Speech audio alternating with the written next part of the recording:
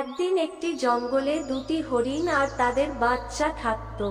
তারা তিনজনে সুখে শান্তিতে একটি গুহাতে থাকত। হরিণের বাচ্চাটি বলল, বাবা, আমার খিদে পেয়েছে, আমাকে খাবার দাও। তার বাবা বলল, ঠিক আছে, তোমরা এখানে থাকো, আমি তোমাদের জন্য খাবার খুঁজতে যাচ্ছি। এই বলে সে খাবার খুঁজতে চলে যায়। গুহা থেকে বেরিয়ে সে খাবার খুঁজতে যাচ্ছিল, তখন একটি বাঘ তাকে দেখে ফেলে। বাঘ বলল, অনেকদিন হরিণের মাংস খাইনি, আজ মজা করে খাবো। হরিণ চলে যেতে বাঘ সেই গুহার মধ্যে ঢুকে যায়। বাঘ গুহার ভিতরে ঢুকে হরিণ আর তার বাচ্চাকে মেরে দেয় আর তাদেরকে খেয়ে ফেলে। বাঘ মনে মনে একটি মতলব বের করলো। হরিণ খাবার খুঁজতে খুঁজতে একটি ফাঁকা মাঠে চলে যায়। সেখানে সে নরম কচি ঘাস দেখতে পায়। হরিণ বলল, আজকে আমার ছেলে নরম ঘাস খাবে, আমি তার জন্য মাঠের সব থেকে নরম ঘাস নিয়ে যাব। এই বলে সে ঘাস পিঠে নিয়ে গুহার দিকে যেতে লাগলো। বাড়ি ফিরে সে দেখলো তার গুহার ভিতরে বাঘ বসে আছে।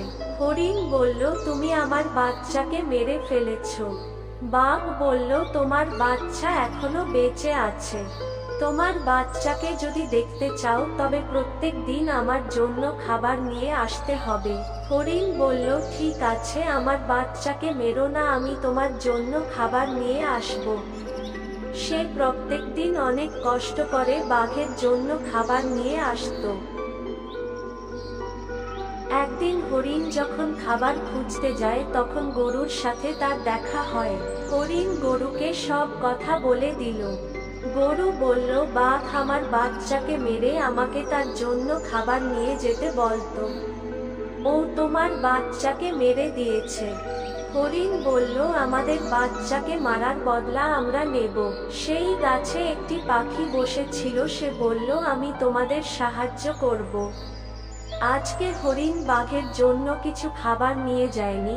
বাঘ বলল, কি ব্যাপার, আজকে তুমি খালি হাতে, আমার খাবার কোথায়?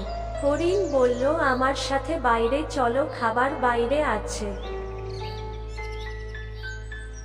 বাঘ বাইরে বেরাতেই পাখি তার উপর একটি জাল ফেলে দেয়।